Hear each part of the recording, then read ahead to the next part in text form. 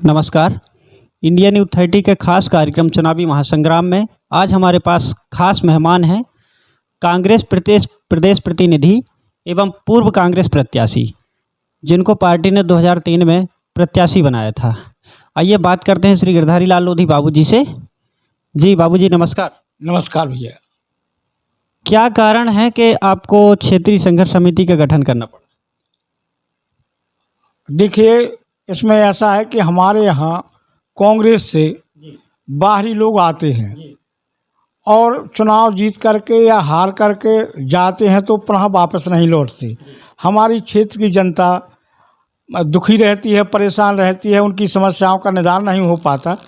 इस वजह से हम सब लोगों ने बैठ कर के निर्णय लिया कि हम आप सब लोग बैठें और क्षेत्र के लिए ही मांग करें। क्षेत्रीय संघर्ष समिति के द्वारा अपन गांव जा कर सबसे पार्टी का प्रचार प्रसार करें और हम आप सब लोग मिलकर के अपन क्षेत्रीय प्रत्याशी की मांग करें।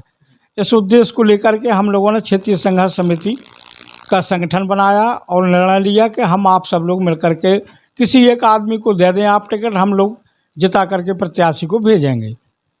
जो आप क्षेत्रीय संघर्ष समिति चला रहे हैं उसकी क्या रणनीति है?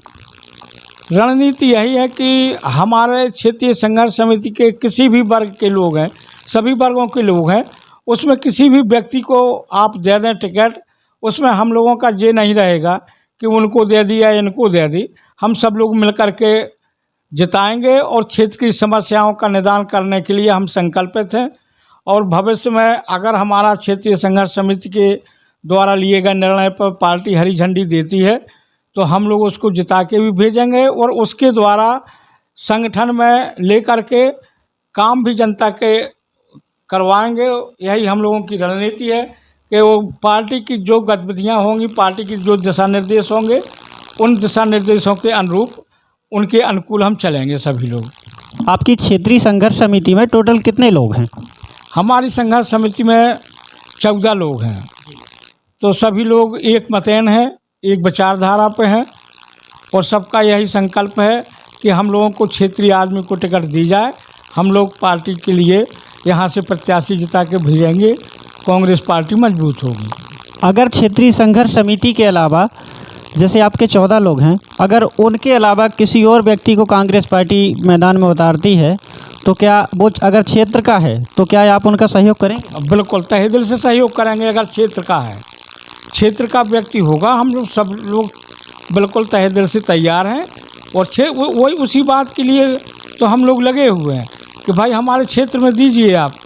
कम से कम क्षेत्र के लोग भी उस पर प्रेम व्यवहार दबाव बना करके काम करवा सकें और जो प्रतिनिधि लोग हैं वो सब लोग मिलकर के काम करें। अभी बीते दिनों देखा गया था कि नायक जी भी पूरे विधानसभा क्षेत्र में भ्रमण कर रहे थे, तो कहीं ऐसा नहीं लगता कि नायक जी बाजी मार जाएं? देखिए, भ्रमण करना तो सबका अधिकार है, लेकिन टिकट का प्रयास उनका भी है और हम लोगों का भी है। हम सब लोगों का तो यही मांग है कि मान लो क्षेत्रीय टिकट दी जाए। भाई बाहरी व्यक्ति हम लोग स्वीकार नहीं करेंगे। और इस बात को अभी हमारे स्क्रीन कमेटी के चेयरमैन हैं, जो प्रेसिडेंट बनाए गए हैं, भंवर जितेंद्र सिंह अलवर के राजस्थान के राजा हैं, वो 2 बार केंद्रीय मंत्री रहे। उनका स्पष्ट निर्देश हुआ है, मान लो स्पष्ट स्पीचिंग दी है उनने श्री मल्लिकार्जुन खड़गे राष्ट्रीय अध्यक्ष के सामने, माननीय सोनिया गांधी जी के सामने, राहुल गांधी जी के सामने, कि भाई उनने एक पार्टी के टिकटों के लिए क्राइटेरिया बनाया है कि हम ज़िले के भीतर के ही आदमी को टिकट देने का पूरा वर्चस्व रखेंगे। बाहर के ज़िले के आदमी को टिकट नहीं दी जाएगी और जो 3 बार कंटिन्यू हारे हैं उनको टिकट नहीं देंगे और जिस विधानसभा से जो विधायक है उसी विधानसभा से टिकट मिलेगी। तो हम लोगों का ये है कि हमको तो लगता है कि पार्टी गाइडलाइन सही चलाएगी, सही काम करेगी और जो हम लोगों का उद्देश्य है वो भी पूरा होगा। क्योंकि अगर ज़िले के अंदर की बात आती है तो हम लोग उसमें सफल होंगे। नायक जी का इतना विरोध होने के बाद भी अगर कांग्रेस पार्टी नायक जी को टिकट देती है तो क्या आपकी क्षेत्रीय संघर्ष समिति क्या करेगी? इतना विरोध होने के बाद और इतना जनता के द्वारा इतना आक्रोश रहा कि जनता बिल्कुल उनको लाइक नहीं कर रही, और इसके बावजूद भी अगर पार्टी किन्हीं कारणों और समीकरण के द्वारा पार्टी टिकट देती है तो इसके लिए तो भाई हम जनता ही नकार रही। अब हम लोग तो कांग्रेसी हैं तो ठीक है, बाकी जनता ही नहीं चाह रही कि कांग्रेस से मान लो बाहरी व्यक्ति आवे। इसलिए हम लोगों ने भी संकल्प लिया है कि अगर ऐसी पोजीशन होगी तो हम लोग एक तीसरा कदम उठाएंगे।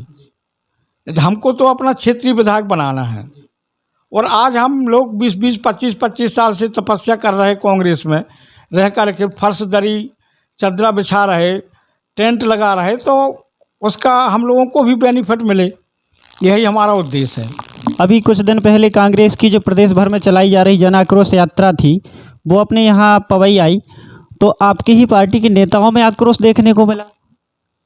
हालांकि देखिए ऐसा है कि हम लोगों के द्वारा तो सहानुभूतिपूर्वक अरुण यादव जी का सम्मान किया गया, कमलनाथ जी के नारे लगाए गए, कहीं कहीं ठीक से मंचीय कार्यक्रम भी नहीं हो पाया। अब वो क्या है कि कुछ जगह उन्होंने अपने व्यक्तिगत तौर पर मंच लगाए, तो वहाँ अब क्षेत्रीय लोगों को आमंत्रित नहीं किया गया, तो क्षेत्र के लोग गए नहीं, और उन्हीं के लोगों के द्वारा अब आप राजनीति करने आ रहे और आप यहाँ 6-6 गनर लेकर के, बंदूकें लेकर के, बाउंसर लेकर के यहाँ गुंडागर्दी टाइप की दिखा रहे आप। ये तो एक बहुत अशोभनीय काम है। भाई आप इतने स्वयं प्रतिभाशाली बड़े नेता हैं कि आपको तो ये सब कुछ करने की आवश्यकता ही नहीं थी, और अब क्षेत्रीय संघर्ष के द्वारा, समिति के द्वारा ऐसे कोई पहले से या हम लोगों के द्वारा ऐसा कुछ नहीं किया गया। उन्हीं के लोगों के द्वारा मान लो उल्टे सीधे नारे लगाए गए, तब यहाँ के लोगों ने कुछ नारे लगाए। हम लोग तो शांतिपूर्वक, हमारे जो कार्यकर्ता थे सब तख्ती लेकर के बाहरी भगाओ पवई बचाओ के नारे लिखे हुए थे, तो उन तख्तियों को उनने छुड़ाने का काम किया। तो भाई लड़के हैं, तो उन्होंने कहा कि भाई हम लोग तो अपना वर्चस्व दिखा रहे क्षेत्र का, आप क्यों हमारी छुड़ा रहे। तो उसमें कुछ झींका झपटी ऐसी परिस्थितियां बनी हैं, और उन्होंने भी मान लो इतने थोड़ी से उस पर उनने 3-4 लोगों के ऊपर FIR करवा दी, जो बहुत निंदनीय है। ये क्षेत्र के लिए अच्छी बात नहीं है। इसका मैसेज ऊपर जानते हैं हम लोग के खराब जाता है, लेकिन जो FIR करवाई है वो नायका जी के लोगों ने करवाई, और हमारे आदमियों के ऊपर ये अशोभनीय चीज़ है। हम तो इसकी निंदा करते हैं, और हम नहीं चाहते हैं कि ऐसे व्यक्ति यहाँ पर चुनाव लड़ने आए जिससे हमारी पार्टी को नुकसान हो और एक सीट गंवाना पड़े। इसलिए पार्टी से हमारा विशेष अनुरोध है कि क्षेत्र के ही आदमी को टिकट दें, जिससे आपकी पार्टी में एक प्लस पॉइंट बने और यहाँ से कांग्रेस का विधायक जीत करके। चलिए, क्षेत्रीय संघर्ष समिति में सर 14 लोग हैं। 14 लोग में से आपका मेन प्रबल दावेदार कौन है, उसमें से मुख्य कौन है, आपका प्रत्याशी कौन होगा? अब प्रत्याशी तो एक हिसाब से हम सभी लोग हैं पार्टी क्षेत्रीय संघर्ष समिति में। क्या लगता है सर, किसी एक को टिकट मिलने के बाद आप में बगावत नहीं होगी? नहीं, ऐसा कुछ नहीं है, एक को मिलेगी। हम सब लोग संकल्पित हैं। सब धार्मिक स्थलों पर हमारी मीटिंग हुई है, कलेही माता पे, कंकाली माता पे, बाघराजन महाराज हनुमान जी स्थान पर। इस बार सब लोग संकल्पित हैं, और आज 20 साल के इस भाजपा के भ्रष्ट शासन के कारण जनता त्रस्त है, प्रतिनिधि त्रस्त है, अधिकारी कर्मचारी परेशान हैं। इसलिए सबका यही मकसद है कि कांग्रेस को इस बार लाना है हर संभवतः। सर, पार्टी ने आप पर 2003 में भी भरोसा जताया था। अब सुनने में आ रहा कि आप फिर अभी भी टिकट की रेस में हैं। देखिए, पार्टी ने मुझ पर 2003 में भी भरोसा जताया, उसके बाद भी कंटिन्यू में मांगता रहा, और आज भी मांग रहा। सर, 20 साल बाद आपने क्या किया क्षेत्र में जो आपको फिर 20 साल बाद आप टिकट की रेस में आएंगे? मैं पार्टी की हर गतिविधियों, हर शर्तों, हर नियमों का पालन करता रहा। जहां जो भी पार्टी ने मेरे लिए काम सौंपा, मैं उस काम में सतत अपना पूरा समय दिया, लगाया, और जनता के बीच में कंटिन्यू 20 वर्ष से पहुंचता रहा। उनकी समस्याएं सुनी, और ऊपर अपने लेटर पैड के द्वारा जन नेताओं को, जो अपने कांग्रेस के नेता हैं, उनको सुना करके, आवेदन दे करके उनकी समस्याओं को निपटाने का काम किया। सर, बीजेपी के 5 साल के कार्यकाल से आप कितने परसेंट खुश हैं? देखिए, बीजेपी के कार्यकाल से तो हम लोग बिल्कुल खुश नहीं हैं, क्योंकि हमारी यहाँ की जनता की समस्याएं जस की तस हैं। किसी भी प्रकार की प्रोग्रेस नहीं हुई।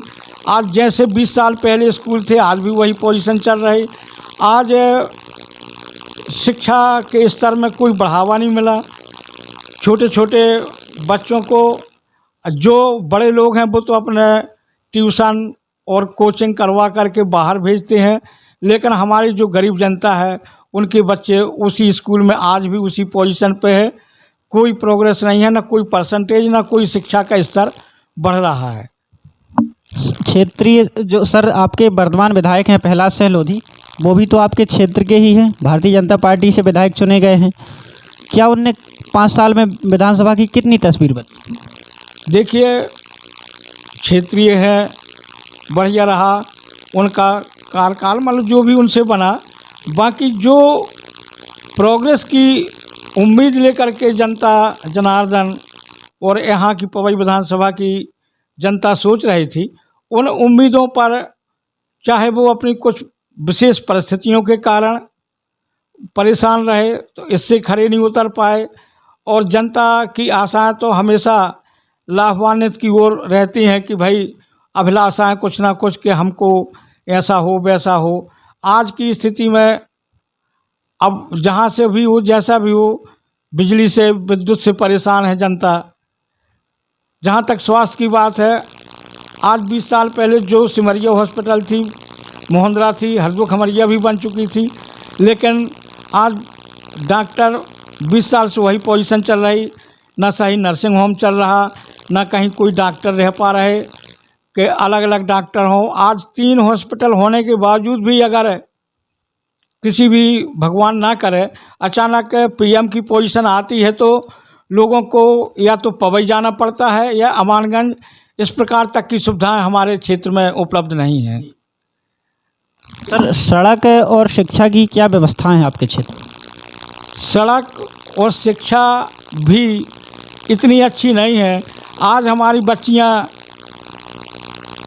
के लिए ऐसी कोई व्यवस्था नहीं है। आज इतने 100 किलोमीटर के एरिया में एक भी कॉलेज नहीं है, और ना ही बच्चियों के लिए गर्ल्स कॉलेज है, ना लड़कों के लिए ऐसी कोई व्यवस्था नहीं है। जबकि अभी रेपरा में 2-3 बार ज्ञापन दिया गया कि कम से कम रेपरा एक अपना पहाड़ी क्षेत्र पर है, तो कम से कम वहाँ बच्चियों के लिए, लड़कों के लिए एक कॉलेज खुल जाए और सभी प्रकार के सब्जेक्ट हों, जिससे बच्चों की पढ़ाई सही तरीके से हो सके और अपने व्यापार, उद्योग धंधे से सर्विस की लाइन पर पहुंच सकें। आज 12वीं कोई स्कूल है जैसे, तो कोई जॉब का तरीका नहीं बन पाता 12वीं तक पढ़ने से।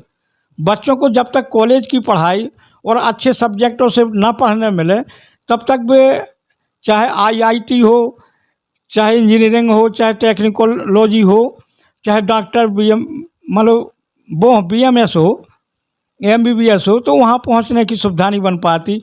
इसलिए यहाँ पर चाहे वो सिमरिया हो, मोहंद्रा हो, कहीं भी अलग से ना गर्ल्स हायर सेकेंडरी स्कूल, ना गर्ल्स कॉलेज, ना कॉलेज नाम की तो है ही नहीं है चीज़। ऐसी विडम्बनाएं हैं। शिक्षा, जो जनता के लिए शिक्षा, स्वास्थ्य और कृषि के लिए पानी की आवश्यकता है, इन्हीं चीज़ों से वंचित है जनता। अब आप कहते हैं कि हम किसानों की आय दुगनी कर रहे। अब किसानों की आय दुगनी के लिए जब तक सिंचाई, खाद की व्यवस्था ना हो, विद्युत की व्यवस्था ना हो, तो कैसे दुगनी हो सकती है। दूसरी तरफ मवेशियों की समस्या इस हिसाब से चल रही कि आवारा घूम रहे। प्रतिदिन आम रास्ता में, मेन रोड पर प्रतिदिन कम से कम 50 मवेशी हर जगह से ख़त्म हो रहे, सड़कों पर डले दिख रहे हैं। जी, आए दिन हादसे हो रहे हैं। आए दिन हादसे हो रहे।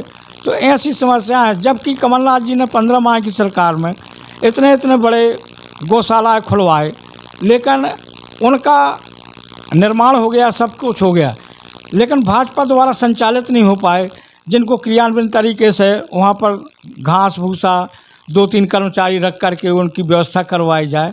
ये सब खाली पड़ी हैं। हम लोग देखते हैं, जाते हैं, शाहनगर देखा, बिसानी देखा, हर जगह जा कर के देखते हैं तो सब नील बैलेंस है। वहाँ ना कोई कर्मचारी है, ना वहाँ कोई मवेशी रखे जाते हैं, क्योंकि मवेशी अगर रखे जाते तो वो प्रमाण मिलता कि आज यहाँ गोबर की खाद 4 ट्रक पड़ी या 4 ट्राली पड़ी, तो उससे अंदाज़ा लगाया जा सकता था कि मान लो मवेशी रुकते हैं यहाँ पर। सर, आपकी क्षेत्रीय संघर्ष समिति को कहा जाता है कि बीजेपी की बी टीम भी है। देखिए, ऐसा तो भाई साहब कुछ नहीं है।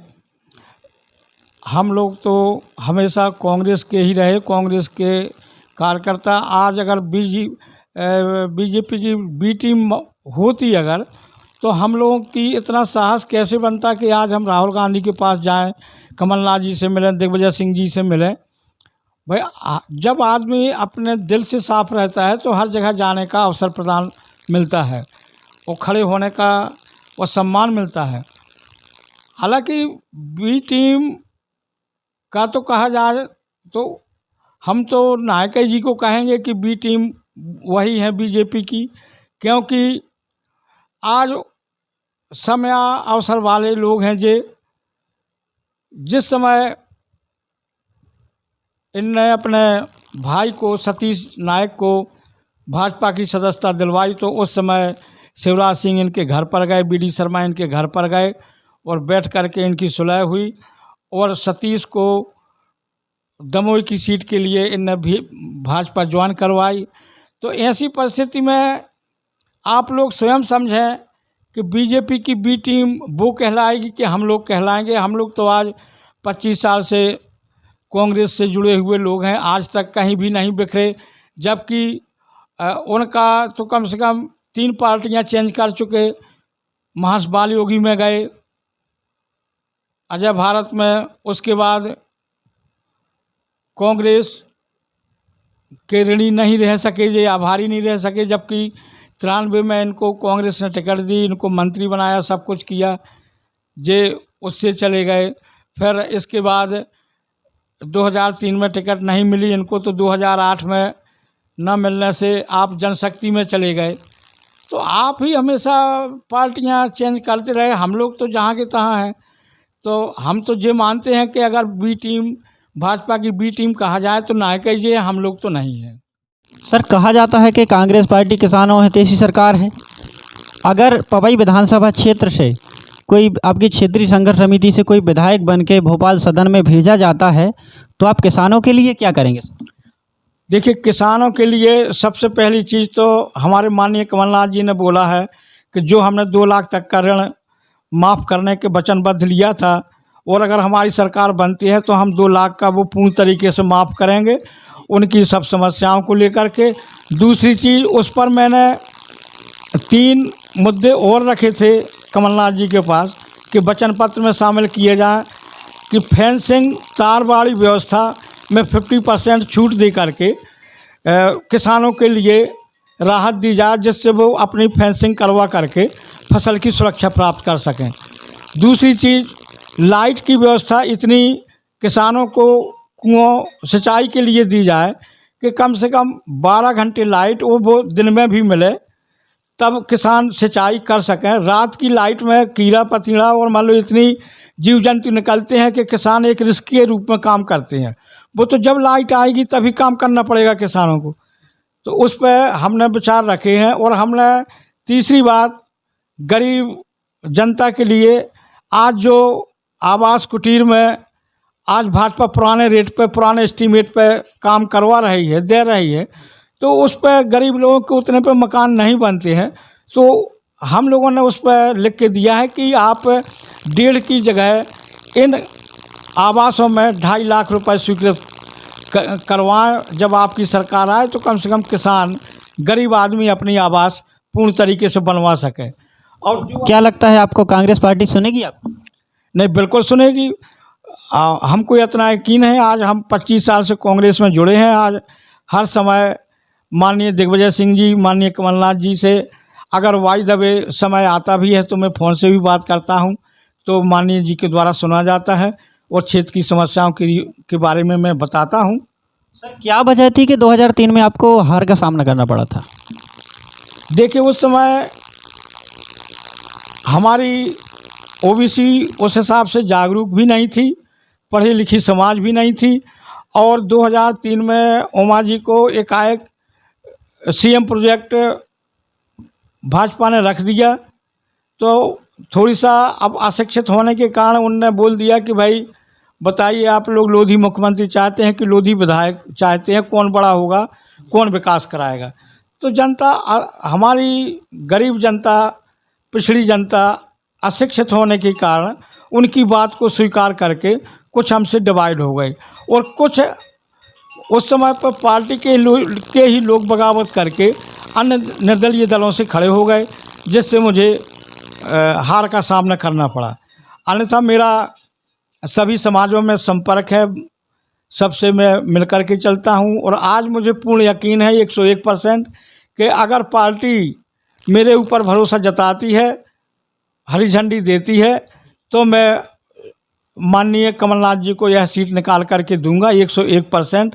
यही मेरी मान लो भावना है, कामना है कि मैं पार्टी को जीतना देखता चाहता हूं मैं।